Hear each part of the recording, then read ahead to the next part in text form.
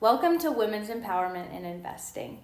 My name's Carly Powers, financial planner at Insight Financial Planning, and I'm coming to you with a really exciting series, something that I feel really passionately about and am excited to share with you.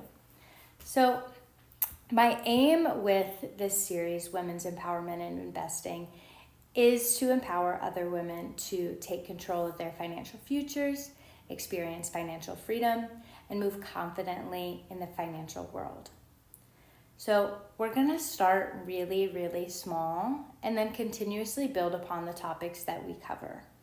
So let's talk about it. Finances are scary, point blank. With all of the industry jargon tossed around, all of the different account types, all of the different tax implications, it can feel like a really overwhelming and big undertaking to even start learning about. So my goal is to make this as digestible as possible and give you actionable starting places. So let's dive in. Three things that we're going to be talking about today. This is our starting point. Financial literacy, establishing an emergency fund, and investing in your retirement. So why is financial literacy important? How to establish an emergency fund, how much do you need, what kind of accounts do we need, and then retirement. So whether that's an employer-sponsored retirement plan or an individual retirement account, we'll talk about the basics of both. But before we dive in, considering it is Women's History Month, I think that it's important to just take a moment to acknowledge the women who came before us and paved the way financially for women in this day and age. So if you want to skip the history lesson, that's fine. Just fast forward like 2 minutes. Otherwise, let's talk about the ladies. So Maggie Lena Walker, born in 1864, was the first woman to charter a bank. She served as the president of St. Luke's Penny Savings Bank until her death in 1934. And St. Luke's was one of the few banks actually to survive the stock market crash of 1929. She was a leader and advocate for women and African Americans in the segregated South, and founded St. Luke's as a way to encourage folks to harness their economic power by saving their money. The next gal that we'll talk about is Muriel Steinbert, born in 1928. She was considered the first woman of finance to some. She became the first woman to have a seat on the New York Stock Exchange in 1967, joining as the only woman amongst 1,365 male counterparts. She was also the superintendent of banking in New York in 1977. She notes that women must continue to knock down barriers, stating that when a door is hard to open, and if nothing else works, sometimes you just have to rear back and kick it open. And of course, we have to talk about Miss Janet Yellen. Janet Yellen is now the first woman to hold each of the top economic positions in federal government.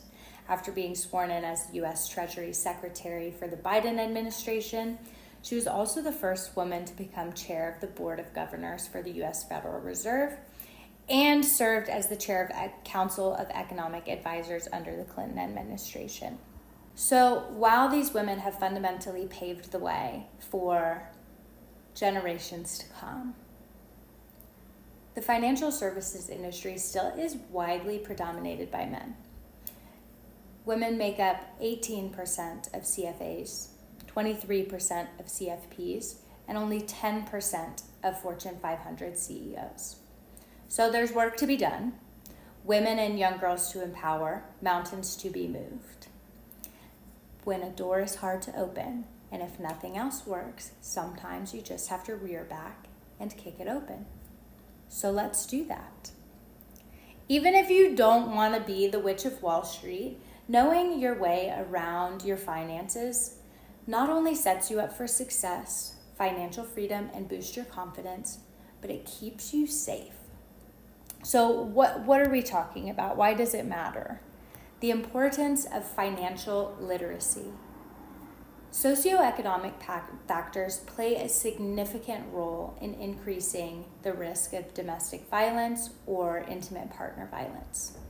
Financial abuse occurs in 99% of domestic violence cases, with this being one of the leading reasons that individuals choose to stay in either a dangerous or unhappy situation.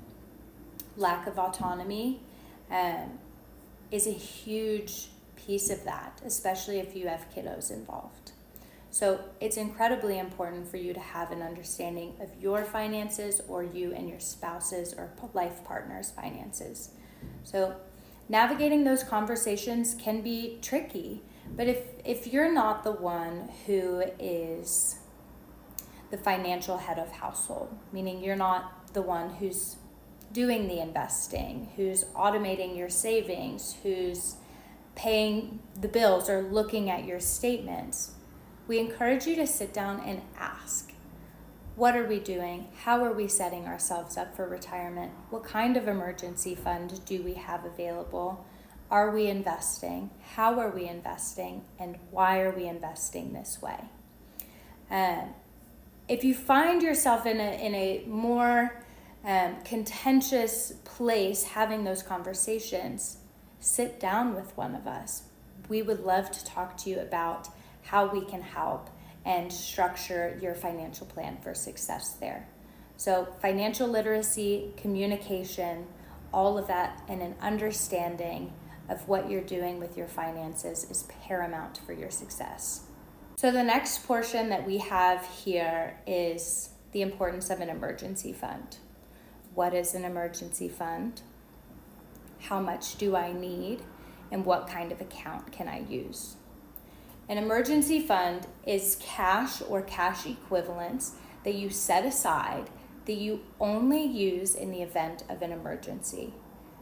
If your car breaks down, if you have unexpected medical bills pop up, if you need to leave a situation that you're in.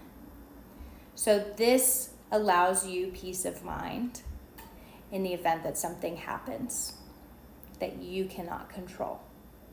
And it helps you avoid taking out erosive debt that could be detrimental to you long term. So the best way to ensure that you are contributing consistently to your emergency fund is through automation. And we want 3 to 6 months of expenses here. So bills, groceries, gas, all of that, 3 to 6 months. Automating your savings is like you don't even have to see it. You don't have to every month or every other week do a transfer from one account to your emergency savings. Automating that says, this is my paycheck. Every 2 weeks, $50 is automatically going into my emergency savings. So that's how we want to do it. 3 to 6 months, automation, and now what kind of account do we need? So you can either do that with like a high yield savings account, something that's paying you interest on the cash that you put in. So for example, you put in $100, it's paying 5%. At the end of the year, you have $105. And that's similar to a money market mutual fund. That's done in a brokerage account. It allows you to invest, but we're investing in something that's very conservative and considered a cash equivalent. It also pays you interest on a monthly basis. So with the emergency fund, again, we want 3 to 6 months of savings. Automate that every time you get paid, and make sure it's in cash that's paying you interest.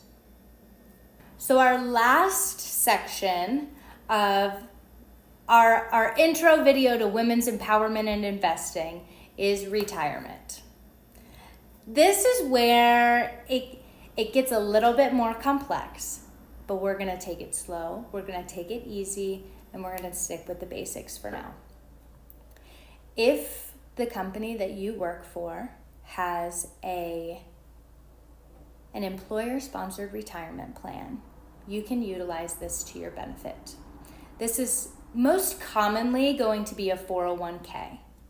So a 401k is a retirement account that allows you to contribute a percentage of your paycheck to your retirement and invest those funds.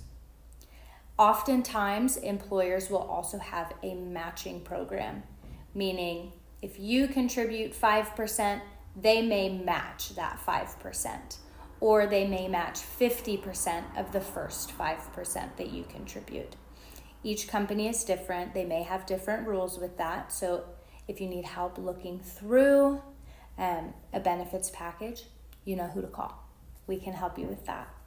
But essentially it says, I'm going to contribute 5% of my paycheck. My employer is going to contribute X% of my paycheck.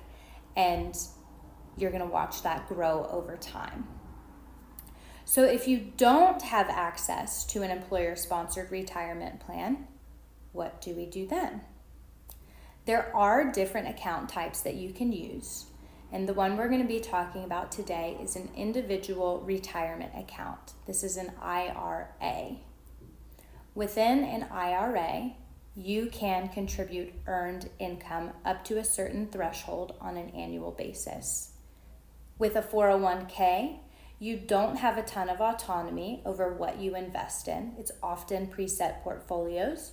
With an IRA, you do have full autonomy over what you invest in. So that's your choice. So you can also contribute to both at the same time, as long as you're falling under the maximum contributions for your tax year. But using those two things in tandem can be really beneficial to the longevity and long-term financial plan. Okay, so in our next video, we are going to take all of this and we're going to dive a layer deeper. So with our emergency fund conversation, we'll talk more about what is a money market mutual fund, what is a brokerage account, how do they function. For retirement, we'll talk about pre-tax versus post-tax contributions.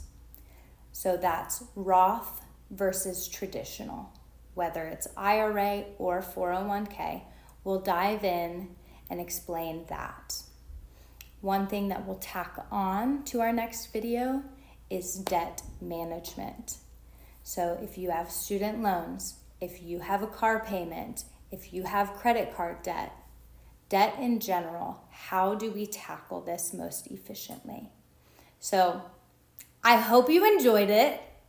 And stay tuned for our next one if you want to dive a little deeper. Again, my name's Carly. It's been lovely chatting with you today, and I hope y'all have a wonderful week. Take care.